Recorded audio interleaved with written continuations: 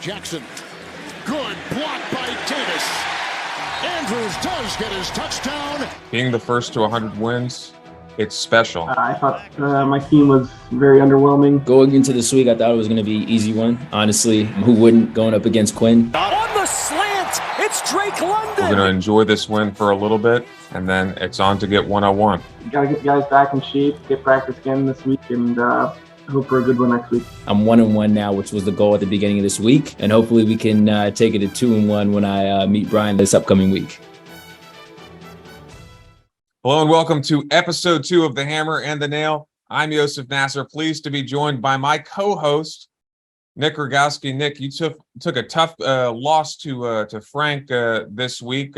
Obviously, I was able to get the win against Driscoll, my 100th, the first to 100 wins in the history of the Engineering Class Fantasy Football League. Rogo, I've got to say, it feels good. You know, you think about the memories, you think about the championships, the battles, the wars. But for me, you know, I've got a big game next week, and I'm going to enjoy this one. But my focus is moving forward. I'm wondering your takeaways from the loss to Frank. You put up a solid score, but when someone puts 188 up on the board, not much you can do about a career high for Frank, breaking his previous career high of 180. What'd you see out there on the fantasy football field?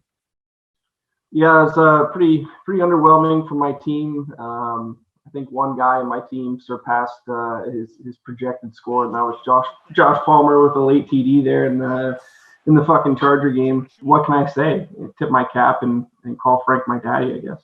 I mean, what can I say? Just tip my hat and call the Yankees my daddies. He's been dominant in the first 2 weeks, averaging 163 points a game. And I'm wondering, is it too soon to say that he's got the best team in the league? You look at this roster, almost all of these players are top 5 players at their position. Is this the best team in the league in your mind?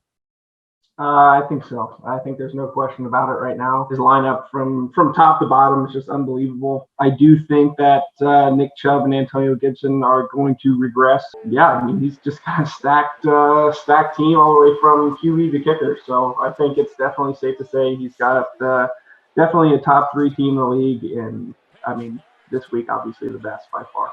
You look at the guys who've really outperformed their draft position. It starts with Josh Allen, as we know. We talked about him last week. When you have a quarterback who could score 35 points a game, that's just an outrageous advantage. The running backs are solid. I think we all thought that Antonio Gibson would be a flop, but he's been solid. And then Curtis Samuel coming back from the dead, emerging as a guy who's getting 10 targets a game. Christian Kirk, people question the contract he got with Jacksonville. He's been an absolute monster through 2 weeks. I do think that you're right that there's going to be some regression. But look, I mean, there's a reason that this guy's team is as dominant as it's been. And it's because he's really got no holes, and he's got some guys who can really win weeks for you. Other top storylines from week 2, a crazy Monday night. When you look at some of the matchups that looked like they were foregone conclusions, Tony was able to upset Brhane after Ryan Tannehill put up a 0. Brhane was projected to win that matchup pretty cleanly heading into Monday. Big time ramifications for Tony and crucial tiebreaker implications as well. Yeah, I mean, Tony, Merry fucking early Christmas, buddy. Check that out. Check that out.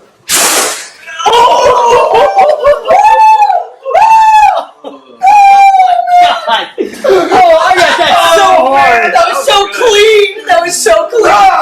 Ryan Tannehill just fucking came down your chimney and gave you a fucking Christmas present right there. It's terrible. I mean, Brian, I think you gotta get rid of Tannehill at least put him on the bench for 1 week after that as a fucking disciplinary action. It's terrible. He puts up a goose egg.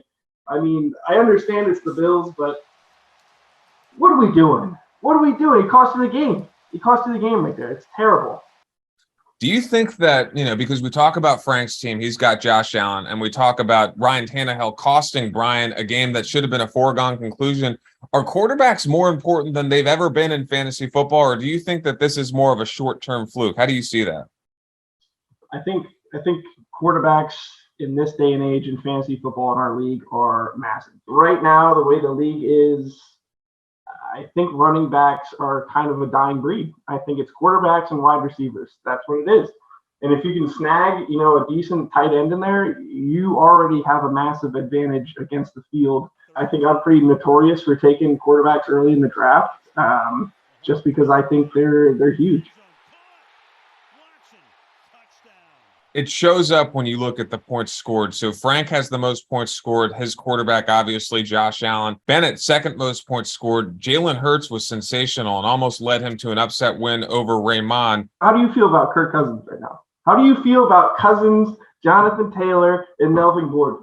Because if you weren't playing fucking GI Muppet brains over there with fucking 96 points, you might have been in trouble this week. There are definitely some teams I would have been in trouble against. Kirk Cousins, more often than not, is going to be a reasonable starting fantasy football quarterback. He obviously had a meltdown on Monday Night Football. A lot of the times, next week he's playing the Lions. Lions have allowed a lot of quarterback points, 29th against quarterbacks. So I feel pretty good about that. I think Jonathan Taylor, this might be the only 6-point game he's going to score all year. Melvin Gordon, I probably should have started Allen Robinson, but either way, I was able to survive and get the victory. And I think going back to your point about wide receivers, I feel like with the emergence of Drake London, who scored 24 points, you talk about having a tight end that's an advantage. Mark Andrews, hopefully Gabe Davis comes back this week, and then T. Higgins after the concussion coming back in a big way, 19. I feel like my team is solid all around. Obviously, the Trey Lance injury was pretty tough considering that he was a guy who had some upside to be one of those quarterbacks who could get you yards on the ground. I don't know if my team has the highest upside, but I feel like it's a very solid, well-rounded team. Some other teams I want to get to. Brhane. What kind of competitor doesn't make the bowl game? Because I heard you get a lot of free things there. Brhane really could have been in trouble had he lost to Bennett, and Bennett, like we mentioned, almost came back and pulled off the upset. Lamar Jackson, continuing that quarterback conversation, absolutely outstanding. And another theme of this week, Rogo, that we see not necessarily in Brhane's starting lineup, but on his bench, Garrett Wilson, 30 points in his second career game. These rookie wide receivers, when you look at Drake London on my team, Garrett Wilson, Jahan Dotson on MB's team, these rookie wide receivers are shining early. Yeah, Garrett Wilson is an absolute stud. He's an absolute stallion. He's going to be a fantastic player in this league for years to come. Garrett Wilson's great, and even this matchup between Bennett, Jalen Hurts, 34 points, Lamar Jackson, 47 points. If you don't have a quarterback like those two, you're not in this ballgame. I think Jared Goff is a great quarterback. Personally, I think Carson Wentz has fucking Lieutenant Dan legs. You see him running out there with his fucking Lieutenant Dan legs. You got new legs. New legs. Yeah, I got new legs. Custom made. Titanium alloy. I want to jump down to the South. Sevy's wasted 2 incredible Stephon Diggs games. I want to read this stat to you. 71 PPR points through 2 games for Stephon Diggs. That's the most by any receiver in the last 20 years. He's the wide receiver 1 in fantasy. In each of these 2 games, Sevy hasn't really been close. Obviously, taking a goose egg at your RB2 spot is not going to help you. And finally, Nahom having to sweat out a game against Quinn, a guy who you said was the worst team since Colin Woods. MB had the Matt Ryan start who let him down in a big way. And then Justin Jefferson, he needed 10 points and he just barely got there. How do you think MB's feeling today? The fact that one of these 2 clowns is going to get a win after this week is just it's terrible, but that's fantasy football for you. Neither of these 2 teams are really good at all. Quinn thought he was a wizard picking up Taysom Hill off of waivers and starting him at tight end, and it's not your year, Quinn, buddy. It's not. It's not. If there's like fantasy rugby out there in Dublin, you should probably hop on that train, at least for this year. But Jesus, buddy, terrible. These 2 teams, terrible. Well, listen, we talked about MB, and coming up after the break, we're going to bring MB on, our first interview guest on the Hammer and the Nail Engineering Class Recap Podcast. We'll be right back after a word from our sponsor. I'm Yosef Nasser, and I love to drive. The only problem is that when you drive a lot, you get a lot of flat tires. It's the reason I've decided to partner with Allied Tire, a tire company committed to getting me back on the road so I can watch football and interview my friends. How did you guys come together on sponsorship, and what does it mean for Allied Tire to be a sponsor of Team Tika? Allied Tire is pretty interesting. I'm here to tell you about Allied Discount Tire. Allied Tire. Let's ride. Welcome back to the Hammer and the Nail, and we're pleased to be joined by our first guest in the history of the podcast, Nahom MB Brhane. Nahom, welcome to the show. Thanks for joining us. Thank you for having me, Nick. Appreciate y'all. I'm honored to be the first guest, and yeah, man, I'm happy to be here. Now, MB, I've got to ask you, obviously a big win against Quinn this past week. First, I want to tap into what your mentality was going into that matchup, knowing that Quinn's kind of been the laughingstock of the league this year. Did you expect an easy win? And then the emotions when you were sweating out Justin Jefferson in the third quarter on Monday. I did think it was going to be an easy win, but it quickly turned when I saw Matt Ryan wouldn't do anything but throw it to the other team. So once that happened, I thought things would get a little bit spooky, but thankfully on Quinn's side, he didn't do much to, capitalize on that. And so, yes, I was sweating a little bit. I was out at a dinner, and thank goodness he got that extra catch, because I don't even think he got anything after that, where I think I was up by 2 or 3, and that was it. So, fortunate enough to get the W, you know what I mean? At the end of the season, you don't worry about how much you won by or how many points you put up. You just got to, rack up the W's, and I did that. So on to the next week, man. So Nahom, there's actually a new rule that we're implementing next year. If you don't score over 80 points in a game, and you beat the other team, you actually get a loss. So how do you feel about that new rule? Are you in favor of that? Nick, I'm focused on this year. You know what I mean? I'm trying to get through it. I think arguably one of my best teams ever. I think in terms of depth. So, you know what I mean? I'm focused on this year. Whatever you guys want to do moving forward, we can do it. But heads down in 2022. Honestly though, I don't want to harp too much, because I appreciate you last week. A lot of our viewers, they don't want to hear about my team. Obviously, they want to hear about their own teams. So I appreciate you giving me my soapbox to be able to talk about my team for a second. But beyond the fact that I'm super excited about it, depth is crazy. And also a plug. If anybody wants maybe Devontae Smith or Tyler Boyd, maybe for a quarterback, hit me up, let me know. And but yeah, that's all for my team. I think, you know what I mean? My team stands at a good spot, and I'm looking forward to seeing what we do over the next coming weeks. One of the questions I have, MB, is about perception. I think that fair or unfair, people view you as one of the bottom 3 owners in the league. One of the most chronically underperforming people in relation to their general sports. I already know what this is. It was great to see him. Congrats on getting to MIT, but you're still a scrub. So, MB, welcome to the South. And I feel like you have had some bad injury luck, but I think there have been also some opportunities you've left on the table. So what's fair in terms of analyzing your record in this league? Yeah, that's a fair question, Yos. I do appreciate the fact that you've come to my defense on many occasions, considering injuries dating back to, I think, Darren McFadden a couple times. So I do remember that. But no, I think most of it is fair, honestly. And it took some, self-reflection. And one thing that, beyond obviously your statistics that you have in that damn Excel file of hell, ESPN now has a history, the historic rankings. That was sobering, because that's pretty black and white, and the stats for me just were not pretty. And I was honestly this was like right after we drafted, and I was trying to rationalize and look at other people's stats and be like, you know what, in retrospect, it's not that bad, but everybody I was comparing against, I was below on many, many metrics. So, like I said, you can blame it on many things, but for what it looks like, and we're talking about strictly numbers, I'm just not there. But with that being said, the nice thing about fantasy, it's not dynasty. You can clear it, you can wipe it away every year. And I do think this year I have a little more time and energy to devote to being able to, putting my strongest foot forward. So we're going to take Nick Rogowski. So okay. We're going to go ahead and take Nick Rogowski, because we don't know if Liv will let him watch football. So we're pretty sure that he's going to be just as bad as MB. Nahom, there's a stigma around the league that you and I are not just rivals in tennis court football, but that we have a brewing rivalry, or maybe an already established rivalry between both of us here in the South Division. What are your thoughts? Honestly, Nick, with all due respect, I think in terms of our rivalry on, tennis court football, like I said, I think Yost comes to my defense. Many people who remember the facts come to my defense. I think it's very clear in terms of where I stand in that regard.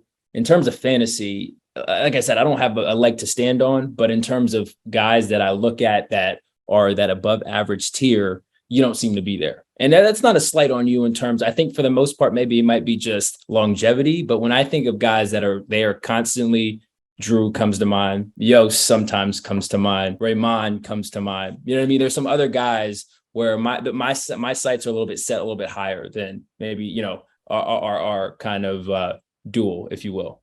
Overarching takeaways of the season, what are some of the themes that you see? Yeah, I think the first one, I gotta hit on it is our man Kyle. I think, he's been struggling mightily. I've seen just at a high level, his team's not doing very well. That's a big thing. And also, too, somebody that I feel like is under the radar, it makes no surprise to me that he's doing well, is Drew. I really like Drew's team. You look at his team, absolutely. I mean, Aaron Jones, Derrick Henry, Marquise Brown, AJ Brown. He's got a well-rounded roster. And I think between yourself, Drew, Nick, these are some of the guys who are going to be competing for that South. How do you guys see that shaking out? Do you guys think that you guys are the three best team in the South, or is there a team that I'm missing down there? Really, I think with Sevi and Kyle, pretty much, unless there's a miracle happening, I think they're going to miss playoffs. So I think, Blocks is 2-0. So I think it's going to be between us four, me, Nahom, Drew, and Blocks. I like that. And no, to piggyback off that, yeah, I'm looking at Blocks' team. I don't think I've looked at his team too much over the course of the last couple of weeks, but I like it a lot. I should have mentioned Blocks, and Blocks is definitely in that conversation too in the league. I want to wrap up with this. So you mentioned Herbert, and Nick and I were talking about in terms of themes of the league. It really seems like if you don't have that quarterback, that Josh Allen, that Lamar Jackson, that Patrick Mahomes, you don't really have as much of a chance. I mean, you saw what happened to Brian. Brian lost to Tony. That was a projected win for him. He lost because Tannehill put up a goose egg. So that brings us to your situation with the quarterback. You had, a top 8 option in Dak Prescott. He goes down.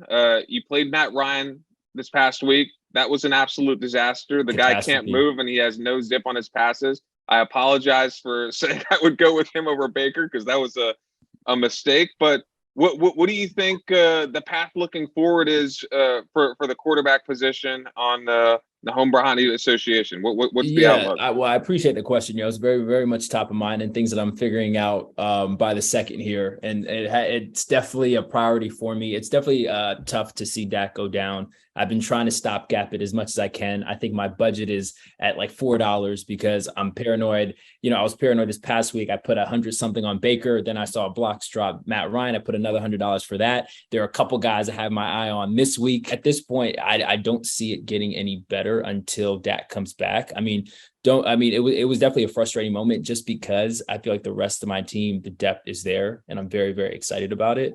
And it's just unfortunate that, I kind of have to figure this thing out. I could go the trade route option, but I talked to Quinn.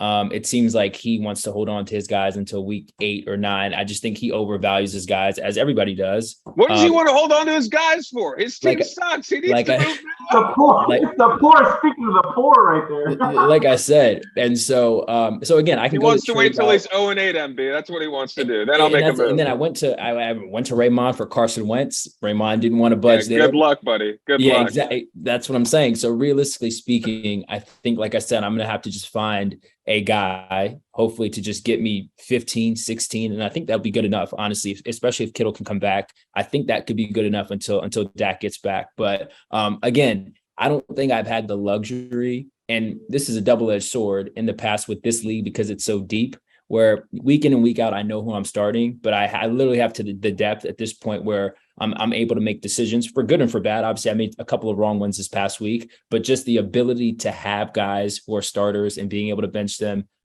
is something, like I said, I haven't had as a team. And so, you know what I mean? That's the main part that I'm looking forward to this season, just because I feel like I have the depth to compete. But obviously that hinges on my quarterback situation getting figured out. With all this animosity per se above, our two names, and how we have this proposed rivalry. Maybe we can come together and help each other out. I think so. Why not? You know what I mean? You win for you, win for me. We still have to play everybody else and get to where we need to get to. So I'm open to it, Nick. That's the thing. I don't feed into this media heavy trying to match us against one another. You know what I mean? We're cool. We're not necessarily on the same team, but you know what I mean? It's a friendly rivalry, healthy. Well, MB, we're very grateful for you taking the time to join us. First interview guest, an exciting team. Looking at this roster, Saquon, Miles Sanders, Justin Jefferson, McLaurin. George Kittle hasn't even played. Devontae Smith, Dak Prescott, Tyler Boyd, Jahan Dotson. Loaded with players. MB, thank you so much for the time. Best of luck the rest of the season. Thank you. And Nick, I love what you guys are doing, giving a platform to us managers and leaders of our fantasy teams, to being able to give us a platform to speak out on it. Keep doing what you guys are doing. Big fans of your work, and hopefully we'll see each other down the road. Absolutely, MB. Thank you so much. Thanks once again for MB doing that interview with us. It's time to get to our picks. Now, Rogo, you and I both went 4-3 last week. Let's get right to it. We start with the game of the week. Joseph against Tony. Tony surviving a close one against Brhane. Of course, myself, I'm 2-0, projected to win 120-108. How do you see this matchup playing out? I think I see it going to the commish. I think Tony got a little lucky on that last one last week, and I'm going with commish, no doubt. I'm going with myself as well. The second game we're going to cover, the toilet bowl. Two teams in desperation mode, Kyle and Sevy. Sevy projected for 105, Kyle projected for 105. Two of the worst teams in the league from two of the better owners in the history of the league. Who wins this matchup, Rogo? You could pretty much flip a coin on this one. They're both projected 105. I think Stephon Diggs is going to regress after that huge performance this past week. And I think it's time that McCaffrey and Kamara kind of combine and do what Kyle was hoping. So I'm going Kyle to win by 2. I'm going to take... I just haven't seen it from Kyle. I just don't know if the receivers are good enough. Sevy's receivers, he's had some guys, he just hasn't gotten them in the same lineup. I'm going to go with Sevy in this matchup to win a close one. Kyle falls to 0-3. Next matchup we're going to hit. We just talked to the guy, MB facing Brhane, both teams 1-1. This is the interleague matchup of the week. MB and Brhane, who you got? I'm taking MB. I think I'm going to take Brhane. I think they're both struggling at quarterback, so I think it's going to come down to the rest of the team, and I just don't see Nahom's theory of putting everybody who's an Eagle into the lineup. Let's go to another matchup, your matchup against Blocker, one of two 2-0 teams in the South. Rogo, you're projected to be within 1. Do you think that you can come away with the victory after a tough loss to Frank last week? I think it's going to be another good one. Not that this last week was a good one because I got my ass kicked, but no, I think my key players like Patty Mahomes and Kelsey, I think they're gonna bounce back nicely. And I think I'm gonna keep it. I'm gonna keep it close. Herbert's got the rib thing, so he might not be as effective. I'm gonna take myself by a couple points. I love your team, Rogo, but Tyreek Hill against Buffalo is scary. He's going to be chasing points, not to mention Devontae Adams. Herbert playing Jacksonville. I'm going to go Blocker by a hair. Next matchup, Drew against the Quinity. I don't even think we need to cover this one. I'm taking Drew. A